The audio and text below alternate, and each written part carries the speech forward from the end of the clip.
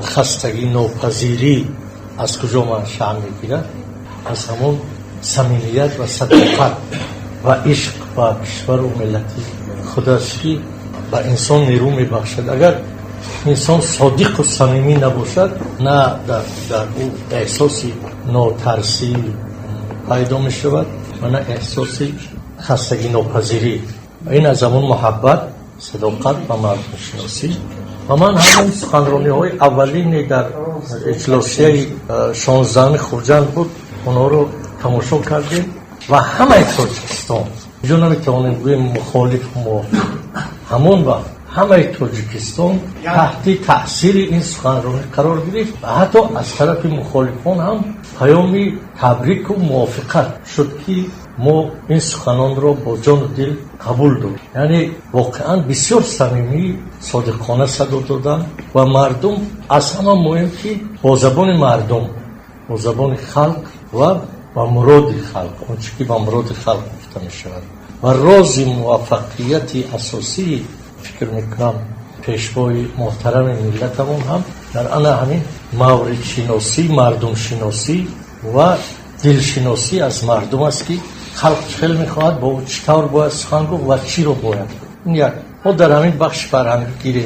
شما فکر میکنید که آیا عنوان قهرمانی دادن با استاد میرزا ترسونزاده، استاد عینی، استاد خب شخصیت های دیگر بابا جان غفار و دیگران، به نظر من این انتخابی بسیار دارای یک نشانه نبوغ است که گلچین کردن. حالا ما فکر میکنیم که خب دیگر ترسونزاده معلوم است، عینی معلوم است، بابا جان غفار معلوم است، ولی من میدونم که کسانی که در این برابر همچنین ادعای رو برای خود یا برای دیگران داشته میتوانند و میتوانند این انتخاب رو با بحث و شکشن خیلی بسیارند. یا اسماعیل سامانی با عنوان محور اساسی ایدئولوژی و آرمانی تاریخی ما، هم از نظر سیاسی و هم از نظر محیط اعتقادی همان دوره تاریخی ما که تا امروز بر پایه همان ایستاده است، استوار است، بنای معنویت و فرهنگ تاجیک.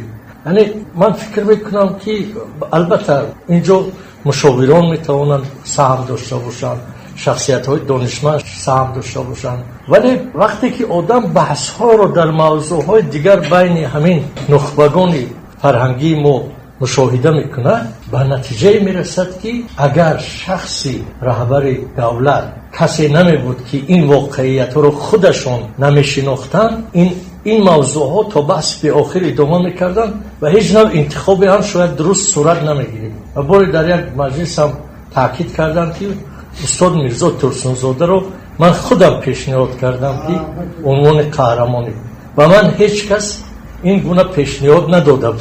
و تمایل فرهنگی، شناختن این که جان و هستی ملت ما فرهنگ است و با او با پیش از همه با زبان فرهنگ در خلعت فرهنگ باید سخن گفت. البته درباره یک شخصیتی در همه بخش‌ها و ابعاد برجسته بودن پیشوای ملتمان محترم امام علی رحمان دیگر هیچ جایی شک و تردید باقی نمانده است. من بارها و بارها از ذهنم گذراندم و خودم گفتم که چطور یک انسان اینقدر سالها یک ساعت خالی ندارد و میتواند که کارش ادامه پیدا و باز با همون نیرو و قدرت و توان و همون سرزندگی و شادابی باز کار کند. البته این باز همون چیز است، همون که گفتن شخصیت ممتاز، شخصیت فرق کننده بودن.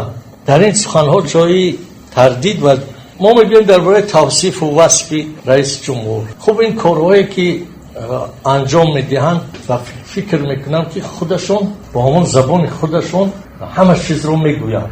اگر وصف هم نشوند، مثلا در عصر استاد رودکی تلویزیون نبود، همه این چیز نمایش داده نمیشد، ولی امروز دقیقه به دقیقه کار و پیکار رئیس جمهور پیشوای ملت در پیش نظر مردم است. اکنون در این میان سخن گفتن که بیش از این باشد، برای مردم بیش از این چیزی رو نشان دهد، این کار بیشتر از استاد رودکی میخواد. این کار سخت است، واقعا کار سخت است، واقعا کار دشوار است که بیش از اون که مثلا چون که ادبیات بیش از اون که هست باید گوید، برجسته تر، بالاتر. دشواری کار در همین جاست و کار هم هر دقیقه و هر ساعت هست اون فعالیت ها. خودشون رو معرفی میکنن، میگوین. من یک چند قطعه شعر دارم که بگونه البته از مغز احساسات و اندیشه خودم تراوش کردم، ولی بگونه میگوین که این گویا که برای یا از زبان رئیس جمهور صدا داده باشد یا برای او گفته شده باشد. من میخوام با این سخن چنین گویم که منتی اون رو با کسی گذاشتنی نیستم، ولی واقعیت است. واقعیت همون است که عینیتی همون کسو پیدا میکند. مثلا یک شعر با نام خورشید گردان: وطن در چشمه مهرت دلم را شستشو کردم، ز قلبی پاک بختی بیگزندت آرزو کردم.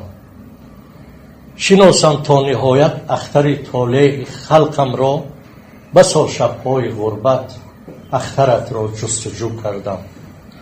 نشان از تو دیدم هر کجا با مهر فرزندی، ببوسیدم نهادم روی چشم خیش بو کردم. برای روز پیروزت و تدبیر سلیمانی، با اون سیمرغ البرزت نشستم گفتگو کردم.